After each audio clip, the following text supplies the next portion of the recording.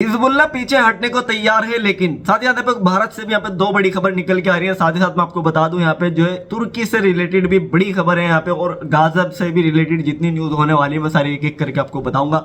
बस आप वीडियो को शुरू से लेके एंड तक जरूर देखना। तो चलिए शुरू करते हैं। तो सबसे पहले भारत की न्यूज की बात कर लेते हैं। यूपी के डॉन माफिया और यहाँ पे नेता मैं आपको बता दूं 5 बार एमएलए रह चुके हैं मुख्तार अंसारी की यहाँ पे आज जो है वो जेल के अंदर ही मौत हो चुकी है। किस तरीके से भी मैं आपको बताता हूँ। यहाँ पे आपको पता ही होगा मुख्तार अंसारी जो है वो एक बहुत बड़े यहाँ पे 5 बार के यूपी के एमएलए भी रहे हैं। यूपी के अंदर उनको माफिया डॉन भी कहा जाता था, और यहाँ पे उनके ऊपर लगभग यहाँ पे 65 केस दर्ज थे। और मैं आपको बता दूं अभी मुख्तार अंसारी की यहाँ पे हार्ट अटैक की वजह से जो है वो इंतकाल हो गया है। जेल के अंदर उनकी तबियत बिगड़ने के बाद उनको हॉस्पिटल ले जाया गया है। हॉस्पिटल में उनकी यहाँ पे डेथ हो गई है। तो अभी मुख्तार अंसारी का निधन हो चुका है। मैं आपको बता दूं मुख्तार अंसारी में पहले आपको बोल चुका 5 बार एमएलए रह चुके हैं, और उनके ऊपर कई सारे केस लगे हैं। 2 केस के अंदर उनको अभी उम्र कैद की सजा भी सुनाई गई थी। साथ ही साथ मुख्तार अंसारी का जो बैकग्राउंड है, उनका पूरा घराना बहुत पुराने से नेता बनते आ रहे हैं। उनके घर में उनके लड़के भी नेता है, उनके भाई भी नेता है, तो वो खुद भी नेता रह चुके थे 5 बारी। तो अभी उनको जब भी वो जेल जाते थे तो या फिर कोर्ट में जाते तो उनको यही डर रहता था कि भाई मुझे कोई ना कोई यहाँ पे मार देगा, मैं बाहर नहीं जा सकता।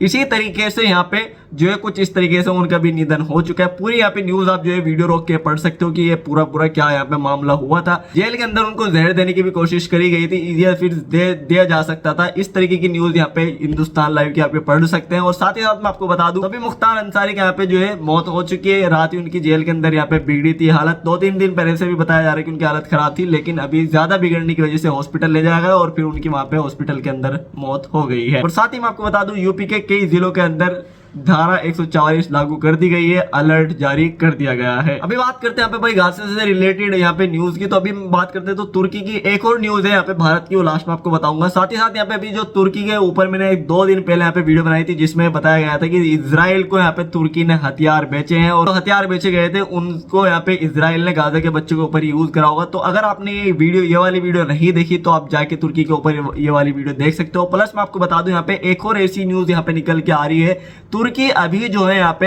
हथियार वहां पे तो बेचे दिए इन्होंने इजराइल को, लेकिन अभी तुर्की जो है अमेरिका को भी बहुत सारे यहाँ पे 155 mm वाला जो है इनका गोला है तुर्की का। तो ये जो गोला है बहुत खतरनाक होता है, और ये यूज होता है जिसकी जब ये फटता है, फटने के बाद इसमें से बहुत सारे यहाँ पे हजारों जो यहाँ पे छर्रे एक टाइप के निकलते हैं और बहुत यहाँ पे लोगों को मार देते हैं। कुछ इस तरीके का गोला है, आपको देख सकते हो। प्लस मैं आपको बता दूं ये यूएस को अभी जो है मतलब अमेरिका को ये बेचने वाला है तुर्की, और तुर्की जो है यहाँ पे बहुत सारे 155 mm के जो गोला है इसको बेचेगा यूएस को लगभग 1,16,000 के करीब यहाँ पे बताया जा रहा है। और साथ ही साथ टेक्सास में यहाँ पे जो है अमेरिका और तुर्की वाले मिलकर यहाँ पे फैक्ट्री बनाने वाले, जिसमें यहाँ पे आपको पता ही है तुर्की जो है अभी बहुत ज्यादा भाई यहाँ पे जो है हथियार वगैरह बनाता है। तो अभी अमेरिका जो है उससे खरीद रहा है, किससे? तुर्की से खरीद रहा है, और तुर्की उसको बेचने वाला है। और मैं आपको बता दूं यहाँ पे टेक्सास के अंदर यहाँ पे तुर्की जो है यहाँ पे और अमेरिका जो है मिलके यहाँ पे एक फैक्ट्री डालने वाले, जिसमें बहुत ज्यादा ये 155 वाले गोले तैयार किए जाएंगे। और तुर्की अभी पूरी तरीके से मदद करने वाला है अमेरिका की, जिस तरीके से उसने अभी इजराइल की करी है। तो आप समझ ही सकते हो जो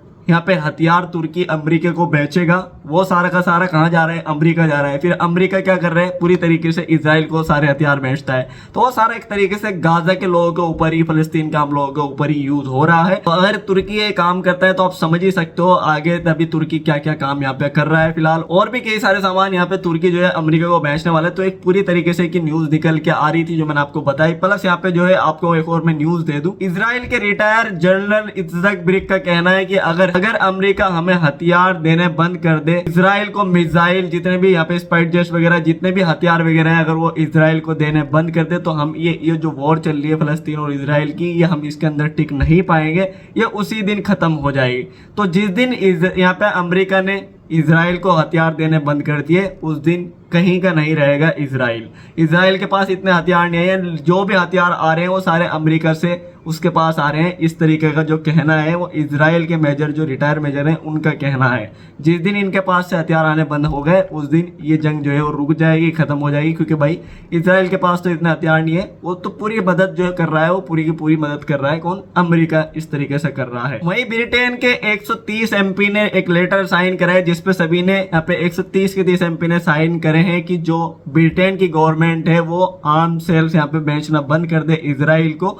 वो सारे के सारे जिस तरीके से अभी कनाडा ने भी यहाँ पे करा था इजराइल को जितने भी यहाँ पे सामान ट्रेडिंग वगैरह सामान हथियार बेचने बंद कर दिए थे, इसी तरीके से ब्रिटिश के जो एमपीज हैं उन्होंने भी यहाँ पे 130 यहाँ पे वोट करा है और कहा है कि गवर्नमेंट को जो यहाँ पे आप बेच रहे हो मतलब इजराइल को हथियार वगैरह वो बेचने बंद कर दीजिए। आयरलैंड ने अनाउंस कर दिया है साउथ अफ्रीका के साथ वो देने वाला है, आपको पता ही होगा इंटरनेशनल कोर्ट ऑफ जस्टिस में यहाँ पे साउथ अफ्रीका केस लड़ रहा है इजराइल के खिलाफ, फलस्तीन वाला जो गाजा में वॉर चल रही है उसका। तो इसी को लेके साउथ अफ्रीका कोर्ट में गया था और उसका साथ देने के लिए अभी आयरलैंड ने भी ऐलान कर दिया है कि आयरलैंड जो है वो साउथ अफ्रीका का सपोर्ट करने वाला है और इंटरनेशनल कोर्ट ऑफ जस्टिस में उसका पूरा साथ देने वाला है। तो आप समझ ही सकते हो दो ऐसे देश जो यहाँ पे मुस्लिम कंट्रीज भी नहीं है लेकिन फिर भी वो गाजा के लिए बोल रहे हैं, गाजा के लिए केस लड़ रहे हैं। लेकिन वही मैं आपको बता दूं इस्लामिक यहाँ पे कंट्रीज जितनी भी हैं वो अभी तक कुछ भी नहीं कर रही हैं इजराइल के खिलाफ, लेकिन ये ऐसे देश है जो मुस्लिम भी नहीं है मतलब इस्लामिक कंट्रीज भी नहीं है लेकिन फिर भी गाजा के लोगों के लिए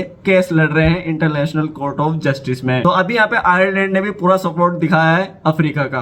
वहीं भी बात करते हैं भाई हिजबुल्लाह की। हिजबुल्लाह का कहना है कि हम पीछे हट जाएंगे, जो ये जंग चल रही है इससे पीछे हट जाएंगे। अभी मैं आपको बता दूं, देखो आपको पता ही होगा जो इजराइल है और इजराइल को हिजबुल्लाह के बीच में यहाँ पे कुछ ना कुछ चलता ही रहता है और हिजबुल्लाह जो यहाँ पे इजराइल के ऊपर अटैक करता रहता है। कल भी मैंने आपको वीडियो दी थी जिसमें हिजबुल्लाह ने कई सारे अटैक करे थे इजराइल के ऊपर। और मैं आपको बता दूं अभी हिजबुल्लाह का बयान यहाँ पे ये निकल के आया है कि अब जो ब्लू लाइन है, जो यूएन है, यूनाइटेड नेशन ने जो यहाँ पे ब्लू लाइन बनाई थी हिजबुल्लाह और इजराइल के बीच में, वो जो यहाँ पे उससे दूर हो जाएगा। मतलब अभी जो ब्लू लाइन है बॉर्डर वाली, मैं आपको बता दूं हिजबुल्लाह जो है अभी ब्लू लाइन के अंदर जाके उसके अंदर उससे भी अंदर जाके यहाँ पे अभी इजराइल के ऊपर हमले कर रहे हैं और लगातार हमले करता ही रहता है। लेकिन अभी हिजबुल्लाह कुछ ऐसा यहाँ पे बयान निकल के आ रहा है कि वो ब्लू लाइन से पीछे हट जाएगा अगर इजराइल गाजा के बच्चों को और फलस्तीन के आम लोगों के ऊपर जो अटैक कर रहे हैं उसको यहाँ पे बंद कर देता है तो वो ब्लू लाइन से पीछे हट जाएगा। मतलब ये जो ब्लू लाइन है इजराइल के और यहाँ पे हिजबुल्लाह की जो यहाँ पे लेबनान का जो बॉर्डर है उसके आसपास है, इसको लेके यहाँ पे इनकी वॉर जो है वो चलती रहती थी। लेकिन अभी मैं आपको बता दूं हिजबुल्लाह यही बोल रहा है कि हम पीछे हटने को तैयार हैं, लेकिन पीछे तभी हटेंगे जब आप गाजा के ऊपर बिल्कुल हमले करने बिल्कुल बंद कर दोगे, यहाँ पे जो फलस्तीन के बच्चे आम लोग हैं उनको मारना बंद कर दोगे। लेकिन वही हिजबुल्लाह का ये भी कहना है अगर आप यहाँ पे हमले बंद नहीं करते हो तो आप जिस तरीके से बच्चों पे अटैक कर रहे हो हम भी आप पे इसी तरीके से अटैक करते रहेंगे। तो हिजबुल्लाह भी यहाँ पे भी लगातार हमले करता रहता है भाई इजराइल पे, जैसे मैं आपको पिछली वीडियो में भी बताया था। वहीं अभी बात कर लेते हैं भाई भारत की एक और न्यूज की मैं आपको बता रहा था शुरू में, तो वो यहाँ पे निकल के आ रही है भाई यहाँ पे इंटरनेशनल लेबर ऑर्गेनाइजेशन की तरफ से उन्होंने यहाँ पे कुछ आंकड़े यहाँ पे जो है वो जारी करे हैं। मैं आपको बता दूं यहाँ पे भारत की 83% अब युवा आबादी,